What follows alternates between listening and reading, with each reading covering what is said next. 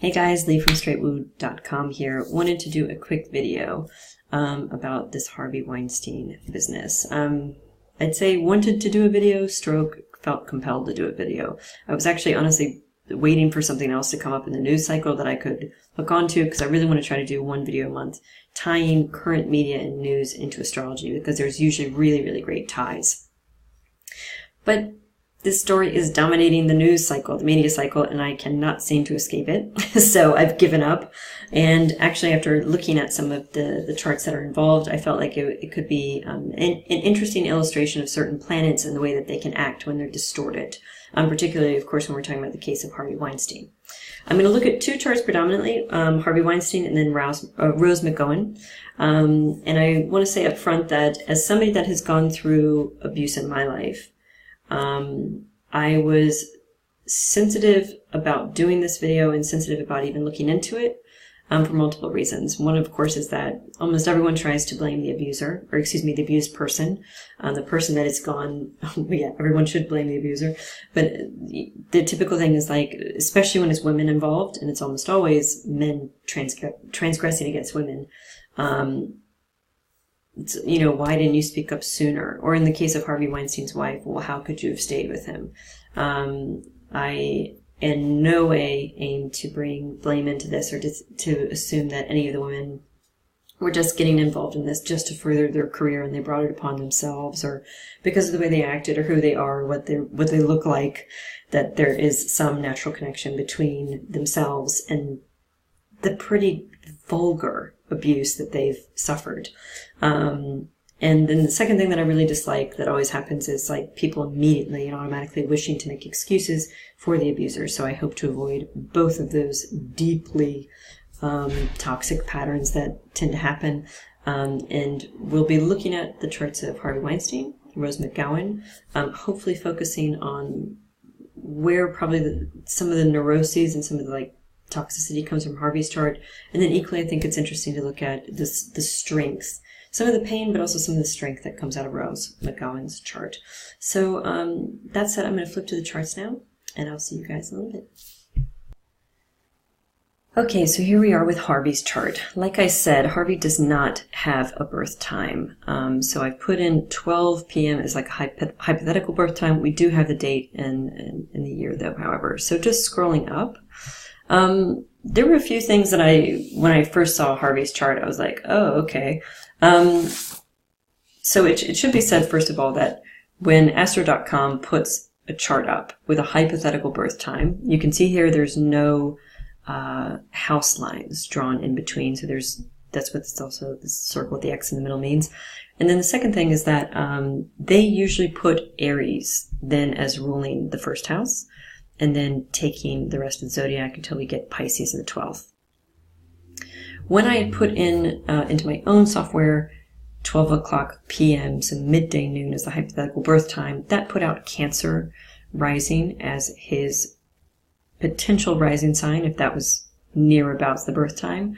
And that very interestingly placed a very strong, potent, and I think very toxic aspect in his chart across very interesting parts of his chart. So what I'm talking about and referring to here is that he has something in his chart which is the Mars square to Pluto. And Mars is our drive, it's our ego will. It's the part of us that sees something that we want and we go out and get it. There's a drive. That's why people often talk about Mars as being our ambition, our motivation, our sense of drive, the part that seeks achievement or seeks, ego development. Mars is the raw ego. It's what our ego kind of wants at this very base root.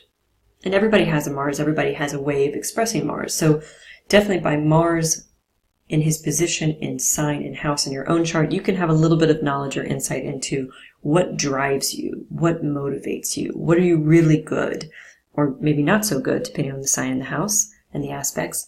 What are you good or not good at about bringing into your life? What is it that you go seek, and how do you go about getting things?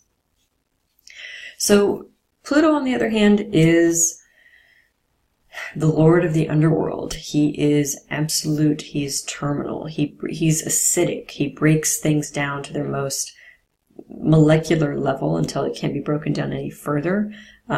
He has a sense of like breaking away and destroying structures as and when he needs to by transit. And in our chart, Pluto tends to be a very a place where we are going to have a struggle, when we are going to struggle with death, when we are going to struggle with loss or extremity, or it's like a very extreme energy, Pluto. Whatever area of the chart that he's in, there can be an obsessiveness, a kind of a railing drive, a ruthlessness. We can either manipulate or be manipulated in that part of our chart. So when these guys are not working together, when Mars is in square or opposition to Pluto, many things can happen. One thing that I always think about is like obsessive drive, obsessive compulsive sense of motivation, ambition, or drive.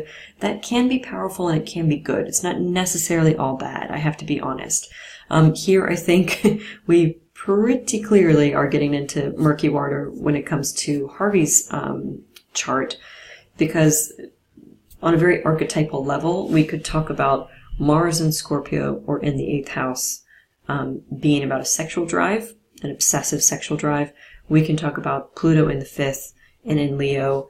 Again, this is archetypally, this is not straightforward astrology, but on an archetypal level, we could say that Pluto and Leo in the 5th is an obsessive, sexual, expressive person. So when these two parts of the chart, these two planets, these two signs are clashing in this kind of way, it makes me think about somebody that is sexually compulsive, sexually ruthless, who is ruthlessly controlling, who has an obsessive way of expressing Pluto. It's kind of like Mars gets blown out of the water. So instead of Mars's normal way of like, I see it, I want it, I go get it, it becomes much more obsessive and compulsive. So it's not just I see it, I want it. It's like I see it, I must have it. Nothing can stand in my way. It becomes very distorted. So Mars is not, Mars is the lesser malefic. So he is quote unquote a bad guy in the zodiac. Yet every planet has an upside and a downside. Most certainly Mars' upside is that it helps us go get what we want. Yet, of course, when we see it here, when it's distorted, it can be our own destruction. It can be the thing that brings us down. It can be the thing that leads to our own demise. And I think, again, pretty clearly in this chart, that's what's happening. I said, I could say many things and I could say in many different ways. But I think that's what's happening. And I remember even from one of Liz Green's books, I can't remember which, she talked about, in that book, first of all, Mars square Pluto, talking about violence, talking about sexual violence, talking about rape and assault. So there's that. There's something psychologically going on that Mars square to Pluto could be suggesting. And equally, I remember very specifically from one of her books that she talked about, if Mars is thwarted, if our normal Mars drive meets with resistance, and most certainly Pluto, a square from Pluto, is resistance. It's a wall. That can create a sense of impotence. It can create a bottled up Mars where the drive turns into motivation, turns into obsession, turns into rage. So there's a pattern here that can turn into unconscious, bottled up, raw, ego, id, rage that just seeks any kind of vessel to release that energy.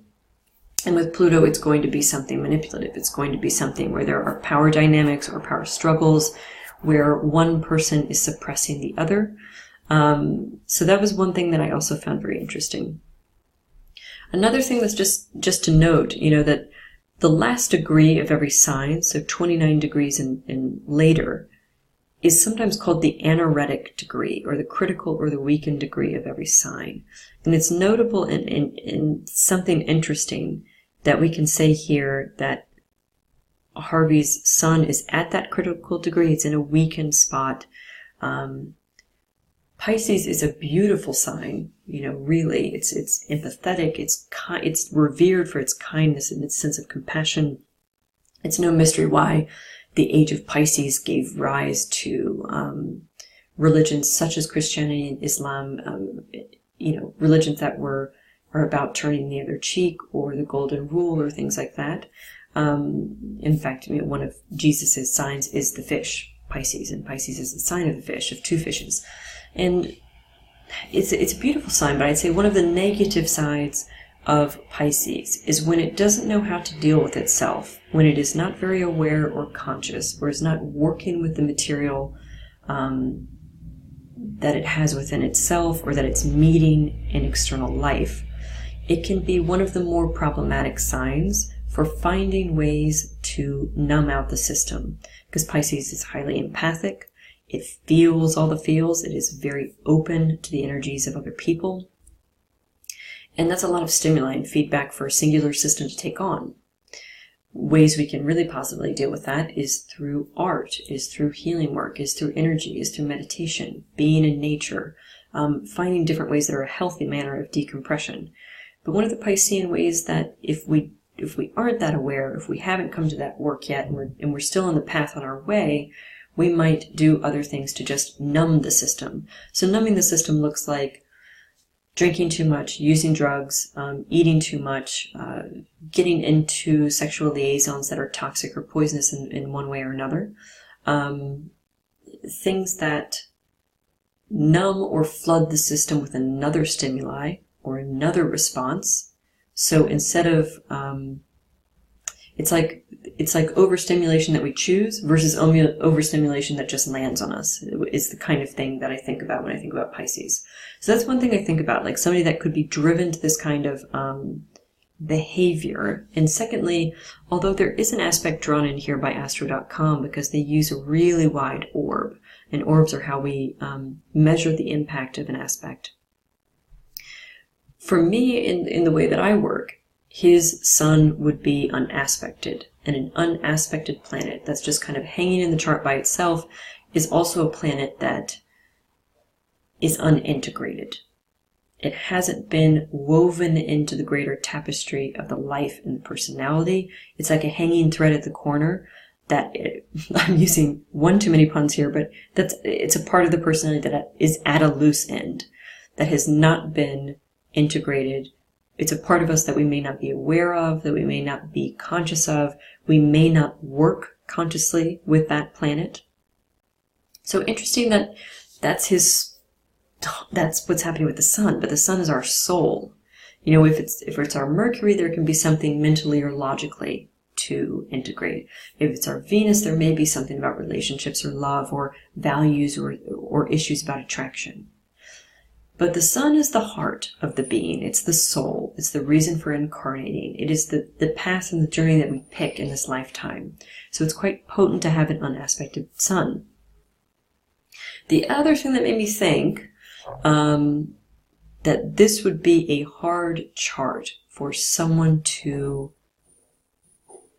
effectively deal with their emotional material and find a way to work through either neuroses or challenges to the psyche, things like that. There's two things really.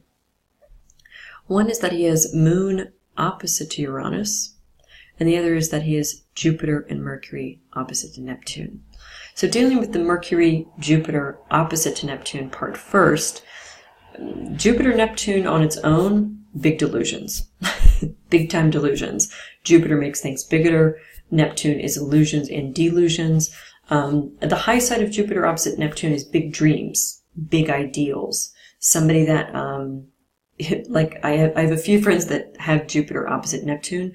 They're massively into healing, and they're massively into an idealistic way of thinking that in fact sometimes causes them pain, because there's a sharp fall between what we dream about in our dreams and ideals versus what happens in reality in human space and time. But on the very negative side, Jupiter opposite Neptune can make somebody that's really, they're not grounded in this world. The way they think, the way they feel, what they bring about or wish to bring about is totally out of scope. Again, Jupiter opposite Neptune, I think big delusions. I think big illusions. I think we can see that many ways in Harvey Weinstein. One is that Neptune does also talk about glamour. So Mercury and Jupiter opposite to Neptune can definitely manifest as somebody that is artistically inclined, creative, a great poetic thinker, somebody that can delve into the worlds of shine and sheen and glamour and luxury and come out heads. Somebody that's probably toppled by that world also. I think of somebody that goes into that world and is sucked up into it, who is mastered by it and does not master it, if that makes sense. But Jupiter opposite to Neptune, the biggest thing I feel is just like delusions. This is somebody that's going to have a hard time working through their own material in many ways because they do not see things clearly. Mercury opposite Neptune means they don't think about it clearly. They don't communicate clearly. There's a fuzziness to the mental faculty that makes it hard for this person to kind of settle in to the very deep necessary work of untangling one's psyche. That's a path that's easily fraught for the most acute of minds with obstacle and false healings and false senses of having arrived at a great point. And anybody that's into this work and does this kind of thing, whether we do that spiritually, whether we do it with a psychiatrist or psychologist or a therapist, what have you, if we do it with a preacher or a spiritual partner in some way, again, that is a path that can be very, very difficult to negotiate on our own.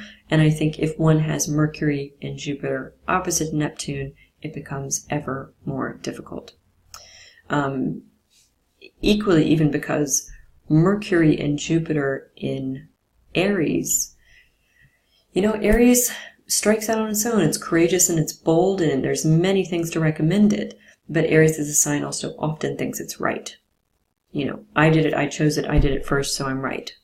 So this is not, these things alone would be not a chart that I would be so convinced could meet with opposition and then realize their own faults, their own weaknesses, then, go through a path of consideration, do some healing, do some self-reflection, etc. I feel like this chart is somewhat adverse to that. Further again, Moon opposite to Uranus. Moon square and opposite to Uranus can make the emotional field really erratic. That's one of my keywords here. The experience of the mother can be erratic. There could very well be breaks in the sense of the body or how we deal with the body, how we understood and dealt with our own mothers and the experience of being mothered. And so when I think about Moon opposite Uranus, I equally think about somebody who was prone to finding themselves at an emotional limit or an extremity, and perhaps not being able to bring themselves back very easily. And again, all of these things that I see in this chart, in any chart, are surmountable. These are things that we can work with. These are things that I myself have certain things that I can see in this chart that I think that I've had to deal with and try to find different ways to, if not overcome, manage. So I always come from the point of view that I think anything in the chart can be manageable, and I don't think of anything in the chart as a particular dark point. I think of it as simply the hand we've been dealt, which is some parts joy, some parts pain. So I want to be clear about that, because if you have, Jupiter opposite Neptune, if you have Moon opposite Uranus and you're thinking, oh God, there's no hope for me, don't worry. That's certainly not the case. But what we have here is somebody that's not taken it seriously, not done the work, not shown up for themselves. And if you don't show up for yourself, you can't show up for other people, that's for sure. But Moon opposite Uranus, again, it can be erratic. It can be unexpected. There can be surges or outbursts of emotions. I think about somebody here that's very hard to maintain, somebody that's very hard to manage, somebody whose emotions are up and down and all over the place. There can be a turbulent nature to the emotional field. And once again, I'm wondering if, what has happened here, Jupiter's opposite Neptune makes one step away from a problem in favor for something that's much more palatable or ideal. Moon opposite Uranus, I think, creates the up and down and the turbulent emotional environment or landscape or inner way of being. And I think all of this spills over into Mars square Pluto. I think that becomes the outlet where all of this pent-up stuff goes to be, and it gets expressed compulsively. It gets expressed ruthlessly, because there is an overflow of material that is too hard to deal with.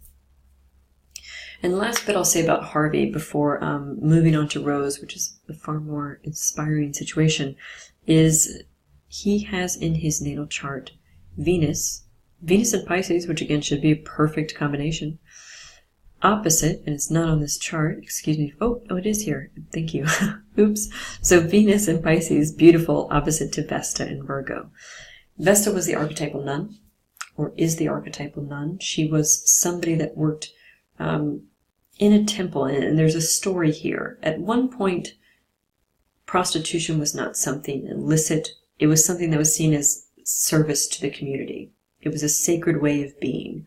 Here we get something called the hierodule, Hierodule, the hierodule, the sacred prostitute, the person that is involved in the very divine work of using the feminine body, the feminine vessel, as a receptacle for healing that is conveyed sexually to men in the community. So this used to be something very sacred. In fact, you've got situations in ancient Babylonia and ancient Sumeria where these people were venerated in the community. They were seen as being a very important part of keeping the community functioning and healthy.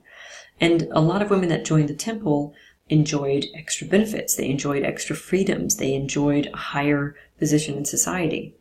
At some point in that story, sex was removed from these women's, I don't want to say responsibility, but their way of being. And we get almost like a real tidal shift between the hierodule and then wham, straight over to the nun.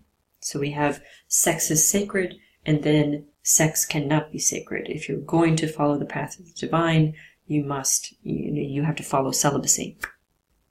That's where we get the idea of the Virgin Mary, the archetype of the nun, this kind of concept of the person that is so spiritually devoted that they are sexually cut off from life. And that was not always the case. Sexuality and divinity used to be one. There used to be a real understanding that sex was something almost given from the gods. So Vesta is a funny asteroid and a funny archetype because she encapsulates both parts of that journey. Where she is in our chart, she can talk about our relationship to sex, how we express it or how we don't, what our attitude may be about it, and certainly aspects between Vesta and other planets can, on a very simplistic level, she's about focus and dedication and kind of tunnel vision. You know, the way that Vesta did and the Vestal Virgins did. They don't have husbands, they don't have children, they exist only for their spiritual work. And the glyph of Vesta is this flame in the hearth, because Vesta, aka Hestia in the Roman pantheon, there used to be in those temples a sacred flame that needed to always be kept burning, and that flame would keep Rome safe, it would keep the emperor safe. It was something very important for these communities. And if it went out, the Vestals were punished. So that, there's the sense of the dedication, the focus, the tunnel vision, all of these things. But Vesta, when distorted or when painful, can do one of two things. It can either create a very, very painful lack of focus or dedication. Sometimes when I see Sun opposite Vesta, Moon opposite Vesta, we don't know what to do with ourselves. We don't know where to focus ourselves or our bodies or our spirits. And the other thing that can happen is things along the sexual spectrum. And I have seen this in clients' charts, everything ranging from celibacy to asexuality to, certain sex work that can come up, or even what I'll call sexual neuroses. And that for me can present as really off the charts promiscuity that is not necessarily just chosen on the soul level, like, this is who I am and I want to live like this, but something that comes out as being painful or hurtful to the person. A path that we choose unconsciously versus consciously, because consciously choosing sex is a beautiful thing, but unconsciously choosing sex as a way to cope, or a way to heal, or a way to numb is not the way. Or if it is, it can be a very painful way. So when I see Venus opposite Vesta in his chart, Venus opposite Vesta is like one of the most raw versions of Vesta's whole package. So if Venus is the attractive component, she's love, she's beauty, she's desire, she is parts of sexuality. She's this beautiful feminine archetype, ancient goddess. Vesta as everything we've talked about. When I see these guys in opposition, it's almost like it's post and pillar. It can be somebody that is absolutely celibate, somebody that possibly suffered sexual trauma in some way, people that decide to be asexual, or as a result of trauma become celibate or asexual, all the way the other side, where people, I've known certain clients that went into sex work. I've known clients that went down various sexual paths that they found, I'd say, healing and at turns wounding. So there can be sexual perversions here, there can be extreme sexual behavior at this end of the spectrum, and it really goes from 0 to 60. There's really a range here. So when I see this in his chart, this is what I think. I think about somebody that has used the Venus-Vesta opposition, and they've gone full out. And that's something you can read more about in Demetra George's book, Asteroid Goddesses. Now flipping over to Rose McGowan's chart. So we've actually got a great birth time for Rose. This is like AA rated, so this should be a really, really great birth time for her. Again, I don't know if I said it in the front of the video, but Rose is a Virgo Sun, Virgo Mercury, rising Gemini. This is somebody that makes speaking is no problem for this person, and for sure, interestingly, Midheaven in Aquarius means that the group or the collective or breaking down a structure will be important for this person. So I see a lot of stuff here tied into her chart. I really feel like this is like, this moment in time is like an important culmination in the development and the progression of Rose's chart, in so much as she, like any of us, has strong points in her chart, weak points in her chart, things that look like wounding, things that look like joy. And this looks like a really great culminating moment where we are best able to embody the highest version of what our chart promises. Because what her chart promises for sure, Moon and Mercury, or excuse me, Sun and Mercury in Virgo, this is precise, precision, communicative. This is a person that wastes nothing, that there's no excess. There is an attraction to perfection and self-development and self-betterment. I think I keep on saying Moon, Ascendant in Gemini wants to communicate it. They have a message. They want to say it. They need to put that message out there. So there's a mix between the precision and the dissemination. Precision being Virgo, dissemination being Gemini. This is a really powerful combo as well. You'll get a lot of, where there's a strong Gemini-Virgo mix, people can take in lots of information and do lots with it. It's really just a beautiful, strong, potent mix of these two Mercury-ruled signs. Equally, again, she's got this beautiful midheaven in the 9th. That doesn't surprise me because the 9th is the kind of space that I think about when I think about movies or media or kind of the wider media. You know, if daily newspapers are here in the 3rd, then I think of the 9th as being more like TV, movies, etc. Aquarius is obviously has to do with tech, has to do with technology, and it also has to do with the collective, about a vision for the future, about bettering things for other people. So I think there's a really strong tendency or power in this chart. It's like speak truth to power, like walk the walk. Not just talk the talk, walk the walk. That's the great combo again of Virgo and Gemini. Gemini can talk the talk. Virgo walks the walk, because if there's work to be done, if there's something to do, if there's a to-do list or a checklist that needs to be taken care of, Virgo is the sign you go to for that. So when you get Virgo and Gemini, there's walk the walk and talk the talk, not just one side of that equation. So other things I saw, this is really powerful.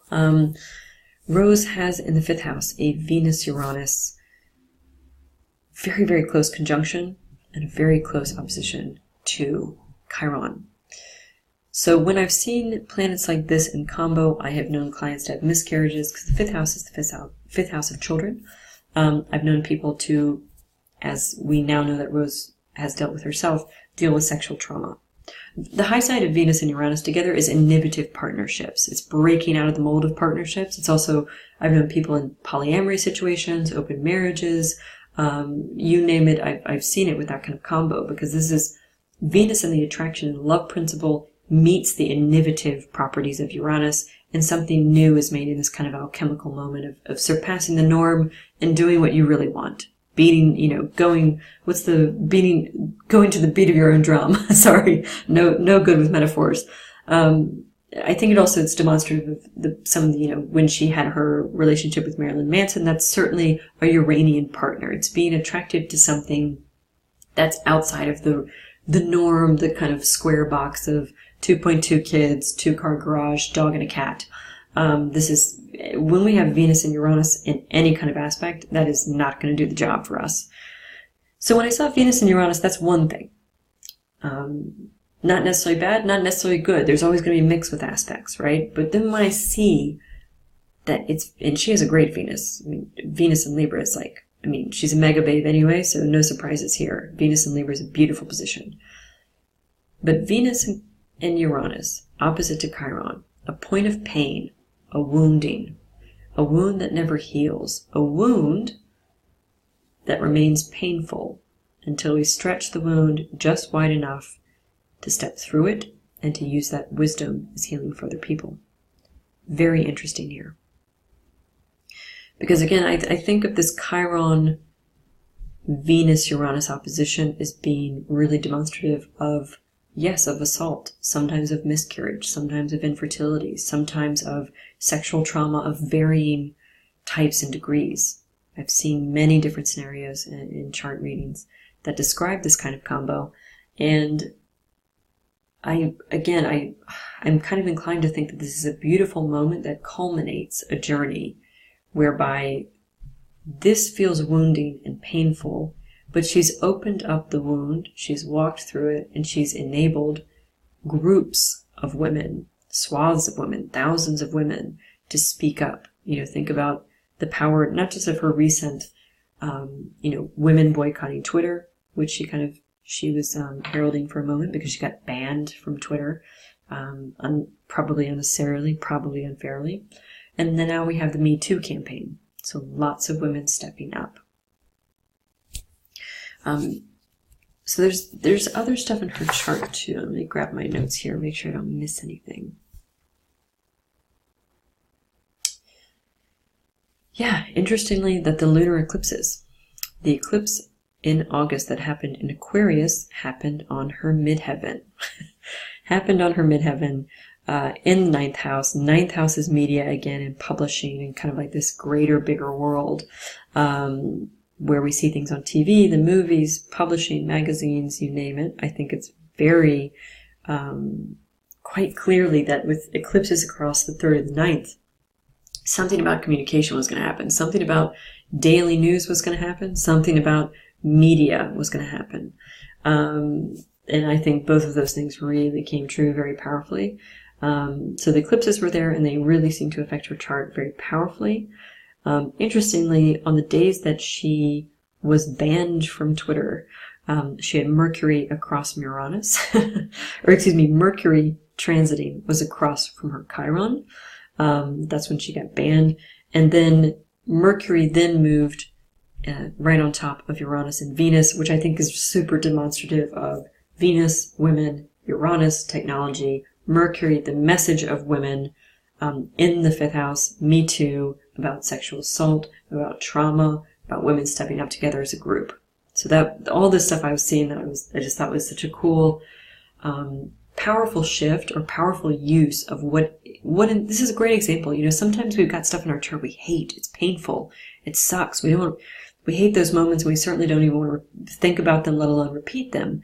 But this is a beautiful example of what it looks like when pathology in the chart, trauma in the chart, is somehow changed or transformed into power. And here it's a real collective power. Even this, you know, Rose has Chiron in the 11th. That talks about being shamed and hurt by groups of people, but that also talks about healing groups of people. And I think she's done something really beautiful by speaking up, by doing it in the way she has, by sticking, you know, like she's had just tremendous perseverance throughout this entire thing. You know, it really shows power. And in fact, she has Mars in Taurus. Mars in Taurus is not necessarily a great position for Taurus because it's a little bit sluggish, but what Mars in Taurus is powerfully persistent. It is strong, and it's paced and maybe not the fastest moving Mars, but it never stops going. It like gets there. It has the body of the bull behind it, of Taurus's bull behind it, powering the Mars system. So this is what I wanted to say. There's so much more to these charts. There's so much more to the transits. I could talk for ages about this, but I want to keep the videos at least, I'm now ran over as always, but I'm trying to keep the videos around 30 minutes or less because I know ain't nobody got time for that, basically. So if you have any questions, if you want to ask questions about the transits, if you want to ask questions about their charts, let me know in the comments. Otherwise, I will see you guys on the blog. Bye. Take care.